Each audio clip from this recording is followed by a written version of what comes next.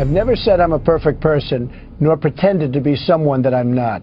I've said and done things I regret, and the words released today on this more than a decade-old video are one of them.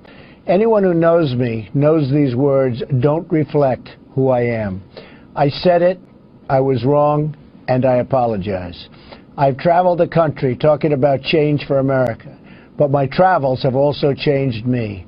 I've spent time with grieving mothers who've lost their children, laid-off workers whose jobs have gone to other countries, and people from all walks of life who just want a better future.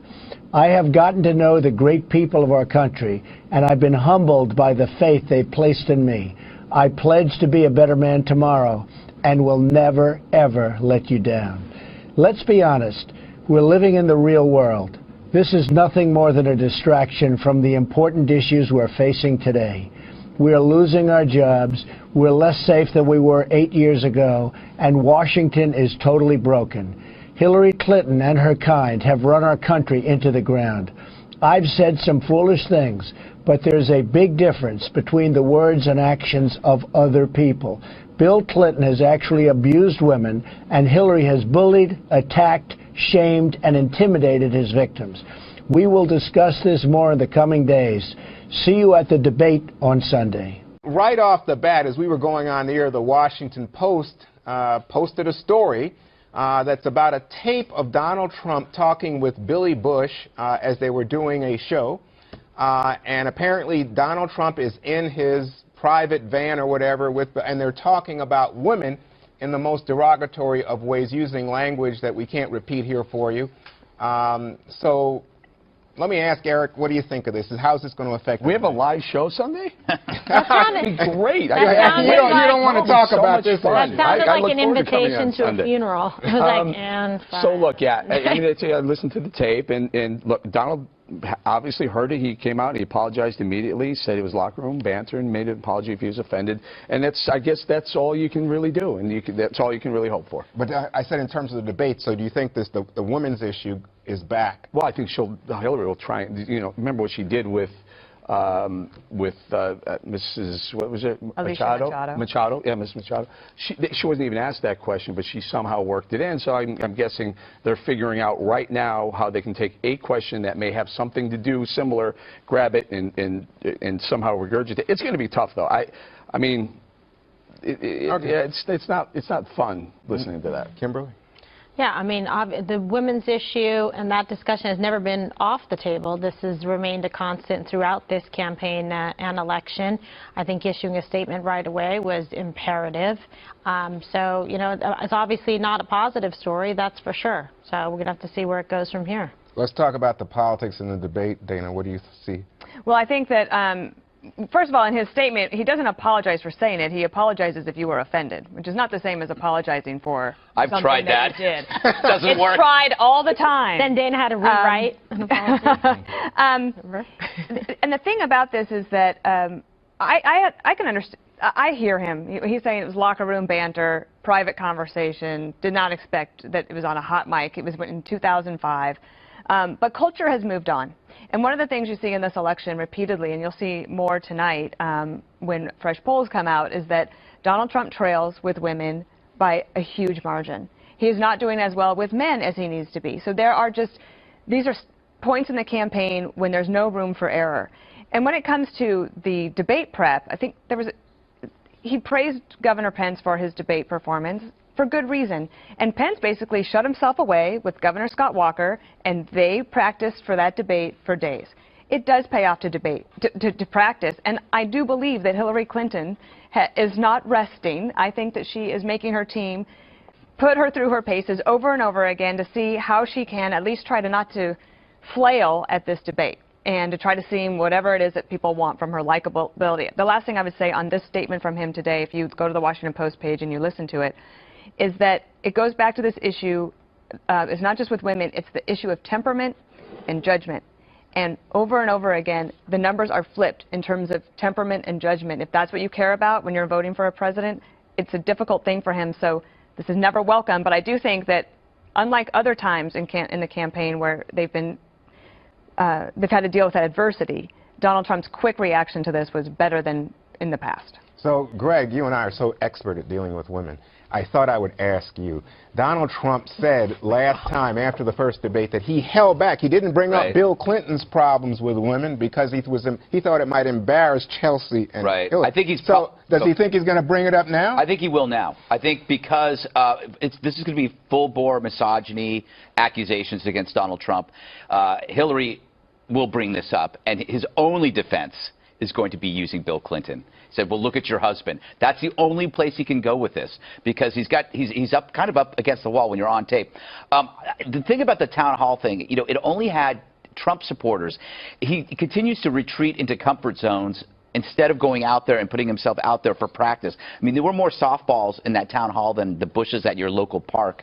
Meanwhile, she's like lined up, I don't know how many Trump impersonators to throw paintballs at her, and she's actually, you know, prepared. And it's like you said, he thought Pence did a great job. Why did Pence do a great job? Well, so let's run through this for the audience, because they may be interested to know that Reince Priebus, the chairman of the Republican National Committee, has been in Donald Trump's sessions, and apparently he's throwing questions at Donald Trump. Chris Christie is playing the antagonist. I don't know how Chris Christie plays Hillary Clinton.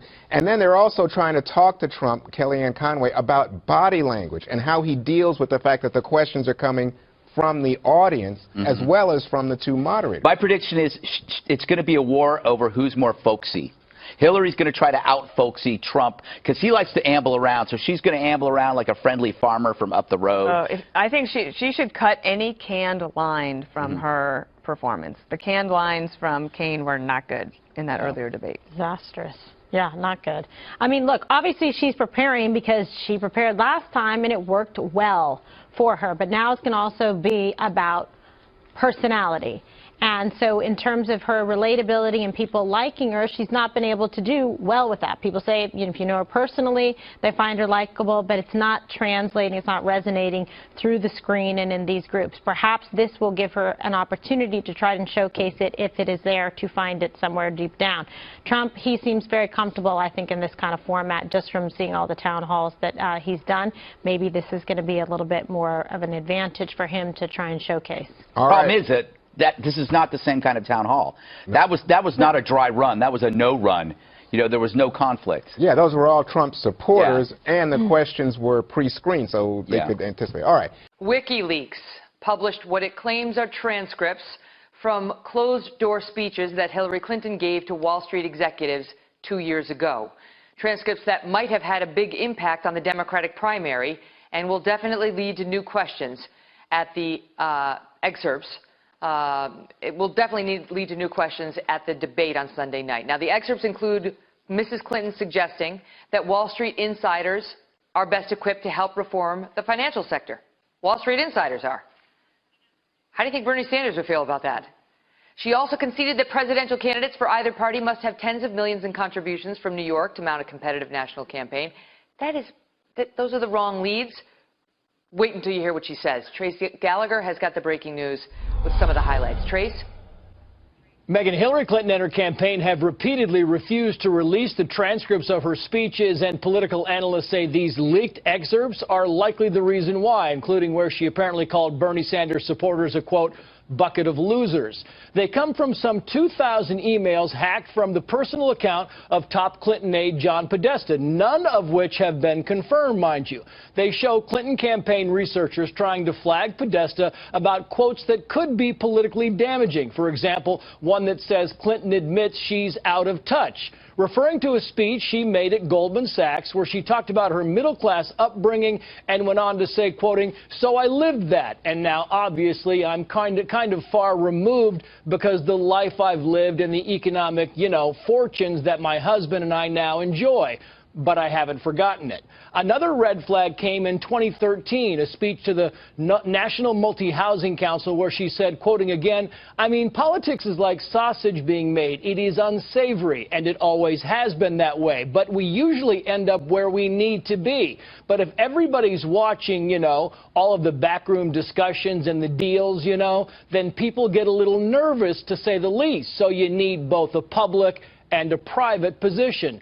The aides also flagged comments where Clinton is aware of the security concerns around BlackBerries, even admitting that everyone at the State Department was being hacked, even personal emails. Quoting here again, "At the State Department, we were attacked every hour, more than once an hour, by incoming efforts to penetrate everything we had." The emails also entailed comments indicating she supports the Keystone Pipeline, which she publicly opposes, how she favors single-payer or government-funded health care, how she thinks Wall Street insiders are what's needed to fix Wall Street, and why she supports lowering corporate tax rates and raising the Social Security age.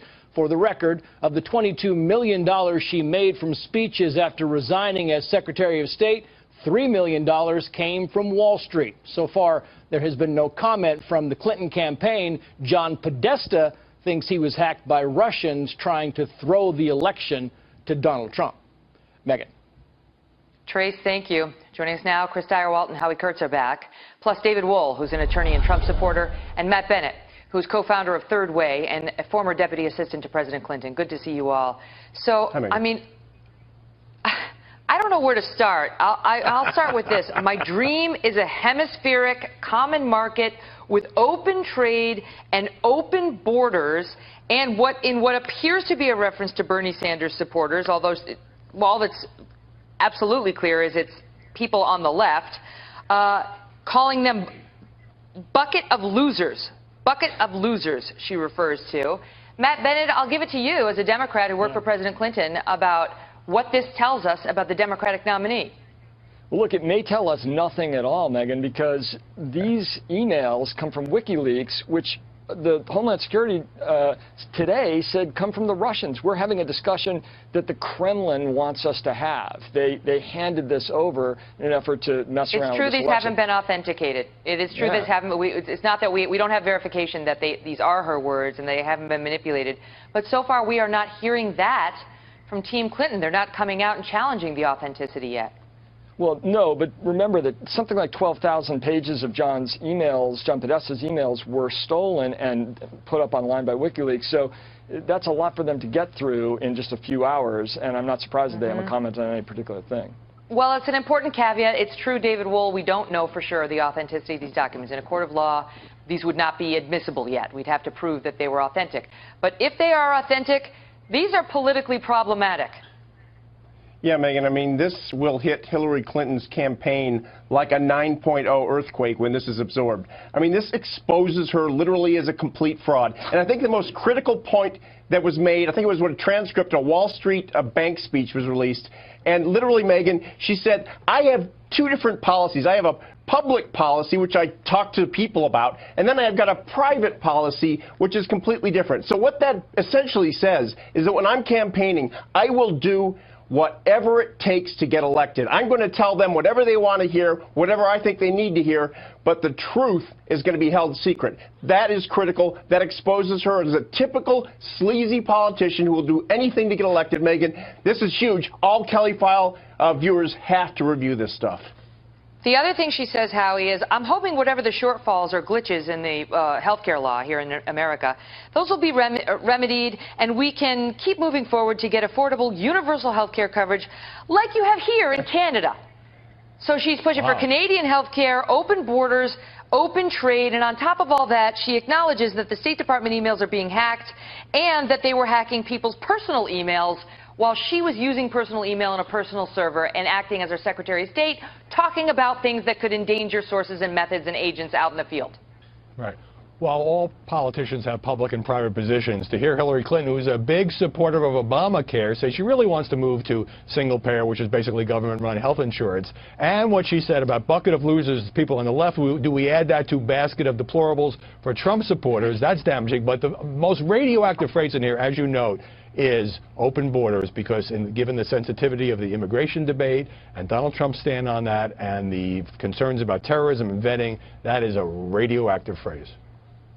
You know what, Steyerwalt? If you just saw this report, and any other night this would have been the lead of the show, right? These Hillary Clinton emails. But there's the matter of Donald Trump and women.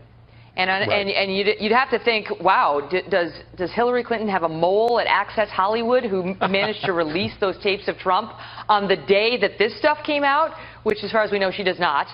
But you know as well as I do that women's story, and I'm not saying it's not justified, but that women's story is going to dominate it's going to dominate. And this is going to be ignored by a lot of the mainstream press. Well, first, apparently the deplorables are drier than the losers, because the deplorables you can put in a basket, the losers go in a bucket. So apparently that's about the right vessel that you need for that group. Who does she like? Who's not a loser or a deplorable? Just the people who support her? The deplorable losers are, I guess, the Bernie Sanders supporters who have crossed over to vote for Trump, and they can go in a thermos inside a basket. Hillary Clinton, after a long time of being very unlucky at politics, in 2008 she was snake bit. Nothing ever broke her way. Man, she had a great day today. This comes out. Now, of course, it could be totally fake. The WikiLeaks, the Kremlin, dirtbaggery abounds, but it comes out on the same day that the government says, it's true, the Russians are trying to throw the election, and they ain't trying to throw it for her. That's the first thing that she's lucky about. But then, just before Julian Assange, and you can just see him like Dr. Evil tenting his fingers for the moment that he's going to hit send, that somebody at the Washington Post was like, oh, this is interesting. Boom. And the Donald Trump stuff. Yeah, the Donald Trump stuff, because as we mentioned earlier, because it deals with the privilege that he feels to take advantage of women, is going to blow this out of the water. I got to go, but David, well, you're such a Trump supporter, such a loyalist of his. Can you give us a comment on that tape? You know, Megan, I'm glad he apologized, but when you compare this to what Hillary Clinton did to Bill's documented actions, not just thoughts or words, but Bill's actions against women, sexual harassment, alleged rape, and then she tried to silence the women, she tried to intimidate them, she tried to get rid of them, she hired investigators. There's no real comparison, Megan, but I'm glad he said, I'm sorry, let's move on to substance. Go ahead, Matt. I mean, you got to be kidding. If there's anybody that's sleazy in this race, I think it's pretty clear that it's Donald Trump. And I do have to go, but I got to ask you this, Chris, one more. Is there any chance Donald Trump actually is going to drop out and not be the nominee on this ticket? No. Okay, he said worse than, or he said almost as bad as this before. He ain't going anywhere. We've never heard. I'm with Chris. The grab. That is a new kind of grossness, but he said some stuff before. He's in for a penny, in for a pound. The Republicans bought this. They're going to ride it all the way down. Okay. Good to see you guys. Thank you. Thanks, man.